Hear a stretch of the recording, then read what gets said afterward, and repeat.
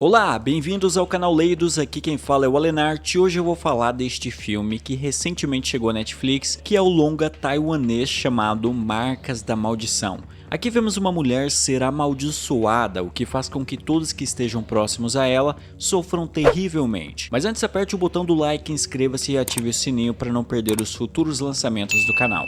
Me siga nas redes sociais também, é só pesquisar Alenart que você me encontra aí pela internet. É isso, recado dado, vamos pro vídeo. Seguinte, eu vou contar a história do filme conforme eu achar mais fácil para que vocês entendam. Porque o filme faz uma coisa que é desenvolver a história de forma não linear. Disclaimer feito, vamos nessa. Ronan, Yuan e Dong vão para um lugar isolado, a fim de gravar vídeos sobre fenômenos sobrenaturais que eles iriam publicar no canal do YouTube deles.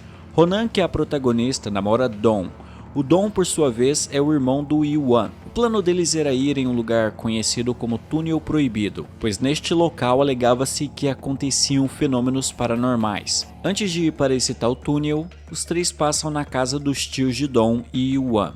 Lá eles passam por rituais de oração. Os parentes do Dong eram fiéis de uma religião de adoração à mãe Buda. Eles rezavam para a deusa e citavam um mantra em adoração a ela, assim como faziam um gesto com as mãos nos rituais. Ali naquele lugar, Ronan descobre que estava grávida de Dong. Uma menina mais jovem, que era uma espécie de sacerdotisa da mãe Buda, é quem conta a Ronan sobre sua gravidez. Isso pega de surpresa tanto o Dong quanto a Ronan, porque eles não imaginavam que iriam ser pais. Mais tarde naquela noite, os jovens saem da casa dos tios decididos a visitar o túnel proibido. Mas antes disso, a Ronan fala com a sacerdotisa novamente. Dessa vez, a protagonista nota que a menina não tinha uma de suas orelhas. A sacerdotisa diz que sua orelha foi oferecida à deusa Buda para que a divindade abençoasse a todos. E quando os jovens finalmente chegam ao túnel proibido, eles encontram a menina sacerdotisa em frente do local, desacordada, sendo que o corpo dela estava coberto por escritos desconhecidos. Achando tudo aquilo muito estranho, Ronan e Dong estavam prontos para desistir de fazer a gravação e simplesmente ir embora. Mas Yuan queria seguir em frente, e então ele quebra a entrada do túnel e vai lá dentro de qualquer jeito. Dong segue o irmão, enquanto isso Ronan fica lá fora. Dentro do túnel, os irmãos encontram horrores que não imaginariam em seus piores pesadelos. Havia altares dedicados à entidade e também uma estátua da deusa Buda. Quando Dong chega perto da estátua, ele é possuído. Yuan tenta fugir, mas é inútil. O resultado disso é que os dois irmãos morrem. A protagonista consegue sair dali, mas ela estava amaldiçoada. Todos próximos a ela sofriam as consequências da maldição. Os pais da protagonista morreram num trágico acidente de carro por causa disso. E ela não podia falar com ninguém sobre a maldição ou sobre a deusa, pois todos que soubessem sobre essa entidade seriam amaldiçoados.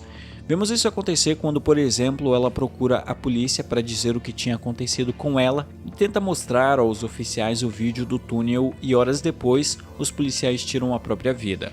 Após anos lidando com essa condição, Ronan entendeu que ela não deveria falar sobre a deusa nem tentar entender o que ela era, pois quanto mais soubesse sobre a entidade, mais horrível as coisas ficariam.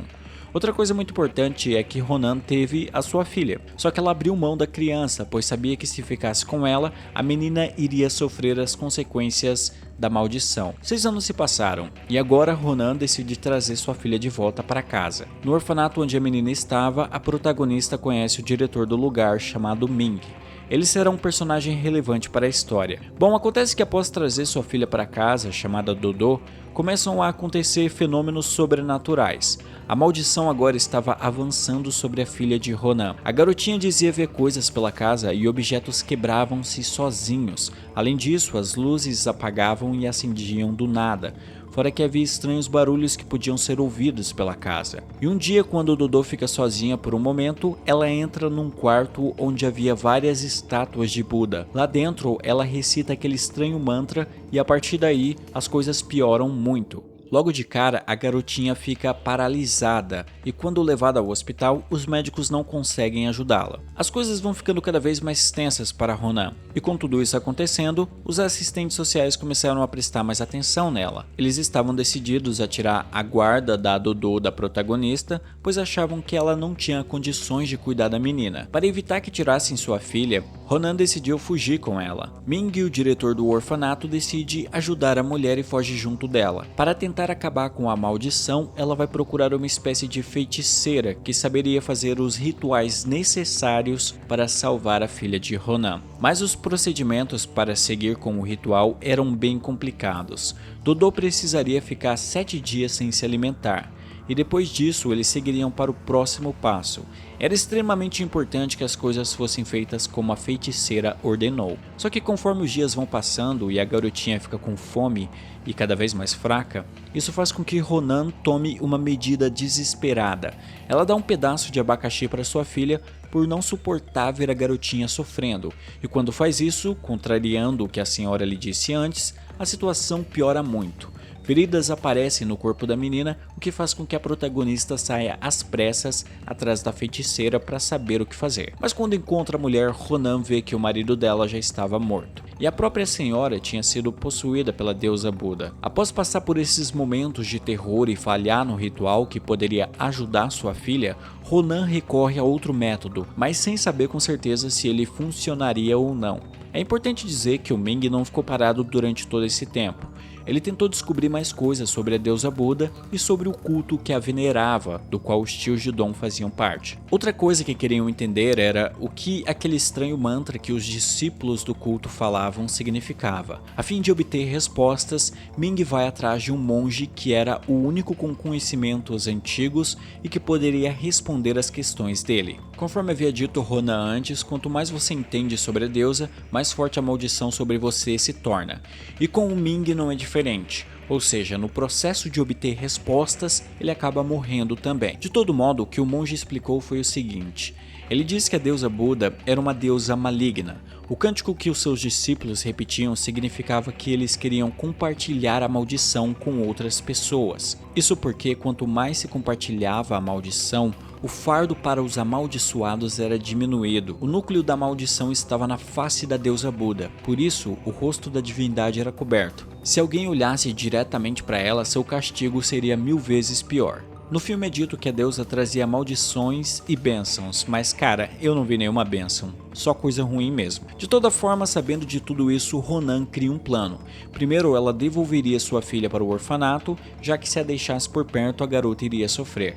E além disso, ela executa o plano para acabar com essa maldição. Ronan iria voltar ao templo e transmitir o vídeo do que se passou com ela com o máximo de pessoas que conseguisse.